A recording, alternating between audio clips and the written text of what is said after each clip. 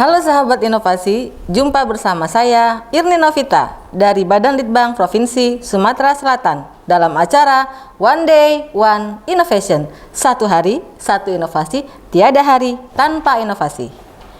Pemirsa, saat ini inovasi menjadi sebuah keharusan. Dunia terus berubah, maka kita harus adaptif dan inovatif. Untuk menginspirasi, kami hadir dengan para inovator hebat dengan inovasi-inovasinya dalam acara One Day One Innovation. Pemirsa, sejatinya proses belajar mengajar berada di sekolah. Tetapi walaupun demikian, kita dalam menghadapi masa pandemi COVID ini, proses tersebut dapat berjalan walaupun dalam keadaan daring ataupun dalam jaringan. Walaupun kita masih mengalami masa pandemi COVID, tentunya kita harus produktif. Di antaranya, guru-guru inovatif tetap harus bekerja menjalankan tugas dan fungsinya sebagai pengajar di sekolah maupun di mana saja, sehingga kita dapat mencerdaskan kehidupan bangsa. Dalam hal ini, ketika kita di sekolah, tentunya perlu lingkungan yang nyaman supaya proses belajar mengajar tersebut dapat berjalan dengan lancar. Pada saat ini kita telah kehadiran tamu, Bapak Dedi Kustian, guru inovatif dari SMA Negeri 6 Palembang dengan inovasinya Kepoku Beraksi. Apa sih Kepoku Beraksi? Penasaran kan? Langsung saja kita sapa Pak Dedi. Selamat datang Pak Dedi Kustian di acara kami One Day One Innovation. Bagaimana kabarnya hari ini? Alhamdulillah luar biasa. Luar biasa, sehat. Baik ya, sehat. Walaupun dalam masa pandemi ya Pak ya. Iya. Bagaimana dengan siswanya? Masih mengikuti? Siswanya alhamdulillah tetap semangat belajar walaupun kondisinya seperti ini. Daring ya. Tapi beliau tetap semangat belajar di dunia maya gitu. Di dunia maya. Ada kesulitan nggak Pak selama mengikuti perjalanan belajar mengajarnya dengan dalam keadaan daring? Sementara ini ya mungkin kalau kesulitan itu pasti ada, terutama kendala di pembelajaran daring ini. Mungkin ada beberapa siswa kita itu yang terkendala masalah jaringan, kemudian mungkin masalah daerah yang mungkin tempatnya itu susah untuk menerima koneksi internet. Betul. Sisanya mungkin enjoy, terutama kebanyakan kita kan di kota, jadi alhamdulillah untuk jaringan itu nggak masalah. Aman ya Pak ya? Aman, alhamdulillah. Baik, terima kasih. Nah, Kepoku Beraksi nih Pak ya, apa sih Pak yang menginspirasi Bapak sehingga ada ide untuk membuat inovasi Kepoku Beraksi? Ya, jadi dari nama mungkin tidak asing ya, Kepoku Beraksi ini sebenarnya itu dari bahasa gaul anak siswa milenial sekarang. Jadi kepo itu sebenarnya dari akronim dari bahasa Inggris kan, knowing every object particular. Jadi itu rasa ingin tahu. Cuman ini pas kebetulan jadi disingkat pas. Jadi itu ada sebuah kepanjangan dari kepedulian pengurus organisasi untuk kelasku yang bersih, berakhlak dan berprestasi. Gitu. Jadi program ini dilatar belakangi oleh keinginan mewujudkan untuk sekolah yang tertib, kemudian rasa peduli sesama siswa dari hal-hal yang negatif yang terpantau maupun yang tidak terpantau. Jadi ini sebagai sarana untuk membantu sekolah mewujudkan suasana sekolah yang nyaman, kemudian bersih, kemudian rasa peduli sesama peserta didiknya. Gitu ya. Pada saat pertama gitu Pak ya, terinspirasi dengan inovasi ini. Apa sih dalam bayangan Bapak, apakah memang di SMA 6 ini suasananya kurang nyaman atau sangat nyaman sehingga siswa itu masih semua di kelas sampai jam tertentu gitu, atau memang ada hal lain? Iya. Jadi sebenarnya ini program ini sudah lama. Sebenarnya ini salah satu sistem yang dibuat di SMA 6 bagaimana tetap mempertahankan kondusif di kelas, kemudian bagaimana siswa itu selama berada di sekolah ini merasa nyaman, tidak ada pembulian, kemudian ada hal-hal negatif baik secara fisik maupun psikis, sehingga program ini membantu sekali. Jadi bukan tidak nyaman, sudah nyaman, tapi bagaimana mempertahankan kenyamanan itu sehingga siswa itu yang betul-betul tidak merasa seperti mungkin tempat lain yang merasa dibully atau ya ada perundungan yang lainnya. Jadi program ini memang dibuat seperti itu. Seperti itu ya. Pada saat pelaksanaannya nih Pak, banyak nggak sih kendala yang dihadapi? Ya kalau untuk kendala, alhamdulillah selama ini belum ada ya, karena memang sistem ini sudah diketahui oleh semua pihak sekolah. Jadi dari awal memang program ini sudah disosialisasikan dari mulai peserta didik baru sampai ke guru-guru sehingga semuanya sudah menerima gitu. Jadi program ini memang bukan dibuat karena ada satu masalah, tapi memang sudah jadi sistem yang terstruktur dan kita di bawah koordinasi dengan wakil kesiswaan. Jadi semua sekolah sudah tahu sebenarnya program ini. Cara kerjanya itu gimana Pak? Apa dia melakukan pengontrolan ke kelas-kelas atau ada tim tersendiri? Ya, jadi program ini di bawah naungan satu organisasi yang sudah dibuat SK oleh kepala sekolah. Jadi awalnya itu adalah petugas-petugas ini hasil rekomendasi dari perwakilan kelas beserta wali kelas untuk mengajukan siapa sih perwakilan kelas itu. Sehingga sudah diseleksi, nanti diwawancara. Kemudian mereka itu dilantik di hadapan seluruh warga sekolah. Jadi seluruh siswa dan guru menyaksikan. Kemudian mereka ini tim yang diberi kewenangan dan tugas tertentu oleh pihak sekolah. Jadi memang sudah ada SOP-nya seperti itu. Jadi mereka itu akan membuat laporan, kemudian memberikan informasi baik dari pihak sekolah maupun dari siswa ke sekolah. Jadi tugas mereka itu mencari tahu informasi, baik hal itu yang negatif maupun yang positif, dan itu dilaporkan setiap bulan. Dan laporan ini ditembuskan sampai ke wali kelas, kemudian ke guru BK, kemudian wakil kesiswaan sampai ke kepala sekolah. Cara mereka mendapatkan informasi itu bagaimana? Apa mereka mewawancarai siswanya atau mewawancarai gurunya atau melalui angket gitu? Jadi mereka itu prosedurnya setiap hari bergaul seperti biasa. Jadi tidak kaku ataupun harus ada SOP tertentu. Jadi mereka seperti biasa bergaul.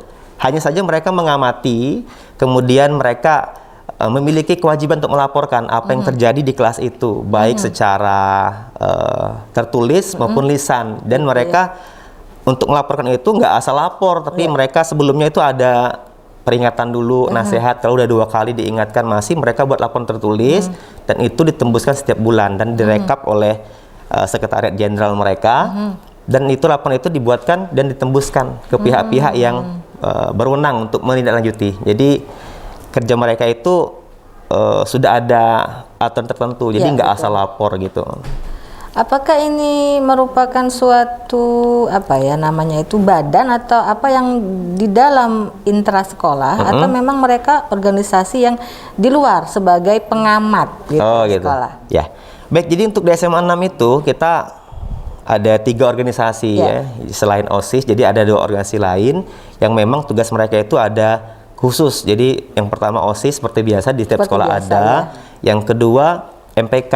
MPK itu badan khusus yang untuk menjadi perwakilan, jadi menampung aspirasi, kemudian mengawasi kinerja OSIS dan memberikan masukan-masukan. Itu ada independen sendiri. Dan satu lagi dari organisasi Rohis yang khusus menangani kegiatan masalah imtak. Karena SMA 6 kan diberikan mandat untuk menjadi sekolah unggulan berbasis imtak, jadi kita punya organisasi khusus untuk menangani itu. Nah, yang Kepo Kooperatif ini di bawah naungan dari MPK. Oh, di bawah MPK. Begitu. Tapi dia artinya merupakan badan khusus yang di luar proses belajar mengajar gitu ya. Tetapi dia mempunyai wewenang mengawasi prosesnya. Betul. Gitu. Jadi seperti kita di negara ini DPR-nya lah DPR gitu. DPR. Jadi berkoordinasi kerjasama dengan OSIS maupun Rohis untuk melakukan pengawasan, memberikan informasi dan masukan, dan termasuk mengevaluasi kinerja. Dan itu langsung di bawah koordinasi wakil kesiswaan.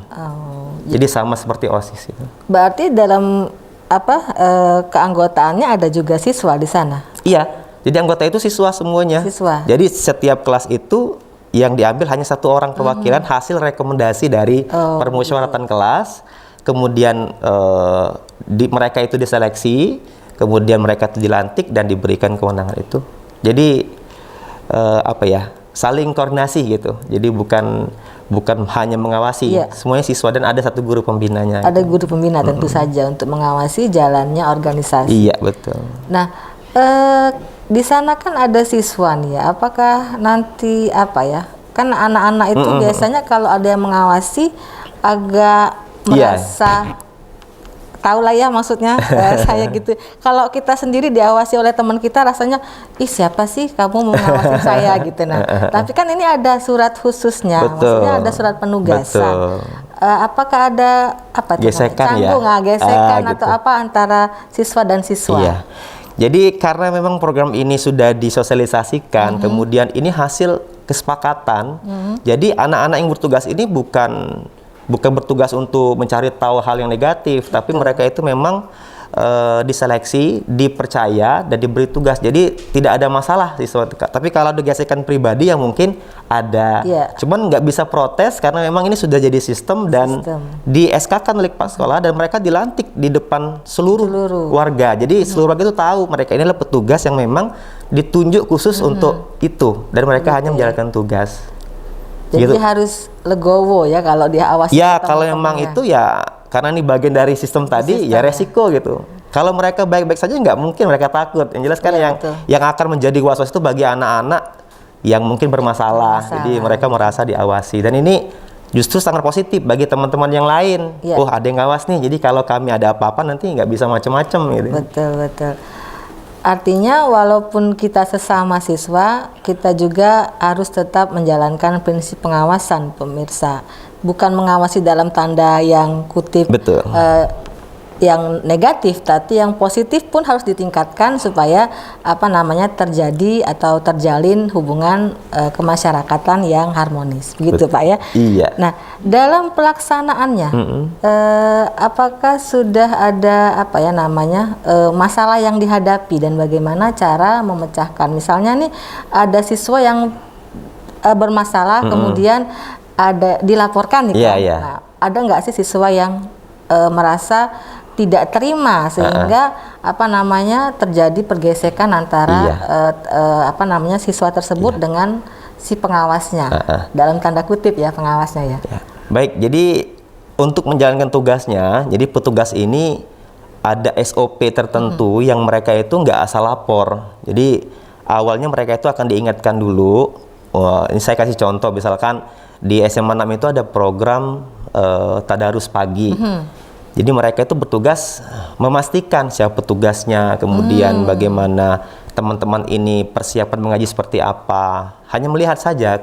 Nah, ketika teman-teman itu ada yang mungkin main-main, atau mungkin ada yang nggak ngaji, atau yang kurang perlengkapan untuk ngajinya. Jadi mereka mengingatkan, mana misalkan pecinya mana nih?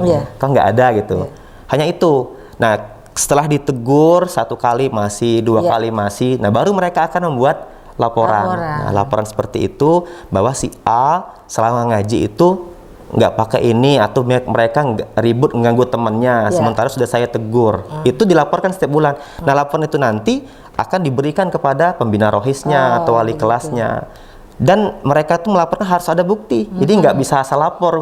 Misalkan buktinya nggak pakai gaji, harus ada foto. Tuh nih fotonya tuh, ini buktinya. Jadi si pelaku ini nggak bisa lagi bantah gitu, karena memang ada bukti dan sudah ada peringatan sebelumnya itu. Jadi mereka udah enjoy dan nggak bisa protes karena memang itu salah dan diproses begitu. Begitu ya. Sudah berapa lama sih Pak ini berlangsung? Kalau ini alhamdulillah ini sejak 2011 ya, 2011-2012 kita udah mulai dan alhamdulillah sampai hari ini masih tetap berjalan. Dalam perjalanannya dari 2011, apakah sudah ada artinya pengembangan ataupun ini dianggap sistemnya salah gitu, terus kemudian diperbaiki, terus kemudian diberikan revisi gitu? Iya, dari tahun ke tahun ya mungkin kita mengadakan studi banding ya, karena petugas ini ada program tahunan Bu, jadi seperti kunjungan kerja lah seperti itu. Gitu. Jadi kita kunjungan kerja ke ini instansinya instansi pemerintah, misalnya kita ke KPK, kita ke Mahkamah Konstitusi, kita ke DPR, dan kita langsung menanyakan nih bagaimana sistem itu dan kita adopsi. Jadi tentu setiap tahun itu ada perbaikan-perbaikan. Jadi misalkan dulu laporan itu langsung, tapi sekarang ada mekanisme kita bentuk sekretariat jenderal. Jadi sebelum dilaporkan harus ada direkap dulu, kemudian kita pilih-pilih dulu. Ini kira-kira yang kalau ada masalah, yang kira-kira bakal menyusahkan, nanti kita pending atau kita konsultasikan ke pihak berwenang itu, ke wakil kesiswaan, apakah ini akan ditindaklanjuti atau seperti apa. Jadi tentu ada perbaikan, terutama di sistem pelaporan dan mekanisme untuk pelaporan itu. Ada dewan pengawasnya ya? Iya, betul. Oke. Ini sudah pernah direplikasi atau artinya sudah pernah dijalankan lagi ke SMA lain mungkin, atau memang ini hasil replikasi dari sekolah lain juga gitu? Untuk saat ini mungkin belum ada ya. Jadi di MPK atau di DPK sekolah lain tuh mungkin nggak seperti ini kompleks tugas yang diberikan. Jadi sebagaimana kita studi banding atau belajar sharing-sharing dengan SMA lain, mereka hanya perwakilan gitu, nampung aspirasi. Tapi kalau untuk sampai ke pengawasan, kemudian mekanisme laporan, mungkin mereka agak susah menerapkan karena memang sistem yang di sekolah itu banyak faktor ya. Alhamdulillah untuk di SMA 6 itu semua support dari kepala sekolah, kemudian dari wakil kesiswaan, dari wakil pak sekolah lainnya, dan ini sangat membantu sekali. Terutama di pembelajaran daring yang mungkin tidak tatap muka, jadi harus ada pengawasan. Dari teman-teman sekelas. Itu. Baik. Sejatinya dia pada kelas berapa sih Pak sebagai pengawas ini? Ini semuanya, jadi semua tingkatan itu ada perwakilan. Jadi satu tingkat kelas itu satu orang. Satu orang ini yang menjadi perwakilan kelasnya dan ditugaskan untuk mengawasi, memberikan informasi maupun aspirasi dari kelasnya itu kepada pihak sekolah. Oh, berarti dia tiap tahun itu berganti? Iya, tiap tahun itu kita ada seleksi lagi. Gitu. Kesan-kesannya Pak selama menjalankan inovasi ini? Alhamdulillah dengan adanya program ini sekolah sangat terbantu sekali ya, terutama untuk informasi yang mungkin hal ini susah didapatkan oleh siswa langsung, dan ini dibantu oleh anak-anak ini, dan mereka sangat terbantu sehingga informasi yang diberikan oleh tim ini itu pasti valid karena memang kalau ada hoax kan sekarang udah menyebar hoax seperti apa. Jadi mereka nggak khawatir kalau udah ada informasi dari tim ini berarti ini udah valid. Nah jadi mungkin kesan-kesannya alhamdulillah positif ya. Mungkin satu sisi yang negatif tadi, insya Allah itu bisa diatasi kok, nggak terlalu masalah bagi anak-anak. Terakhir Pak, pesan-pesannya kepada siswa-siswa nih yang dalam masa pembelajaran daring dan juga kepada inovator di Sumatera Selatan. Baik, pesannya untuk siswa, walaupun kondisi seperti ini kita harus tetap semangat belajar, kemudian kita tetap harus berinovasi apapun kondisinya, karena jangan sampai kita kalah dengan situasi sehingga menyebabkan kita malas, kemudian kita malas berpikir untuk berinovasi. Sebenarnya banyak sekali hal-hal yang bisa dilakukan. Justru dengan seperti ini kita mendapatkan pelajaran bahwa ilmu itu nggak hanya dapat di sekolah, tapi kita bisa mendapatkan di mana saja, apalagi dengan informasi yang canggih dan cepat seperti ini. Jadi tidak ada kata menyerah dalam hal apapun untuk belajar dan berinovasi. Baik, terima kasih atas kehadiran Pak Dedi. Mudah-mudahan menginspirasi sobat inovasi sekalian. Yang artinya kita harus belajar di mana saja, dari mana saja, dan dengan apa saja metodenya, kita tetap harus semangat belajar. Jangan lupa kita juga punya jurus 4S. Setiap orang adalah inovator, setiap masalah peluang inovasi, setiap solusi harus sinergi, dan setiap inovasi harus konkret hasilnya. Salam inovasi.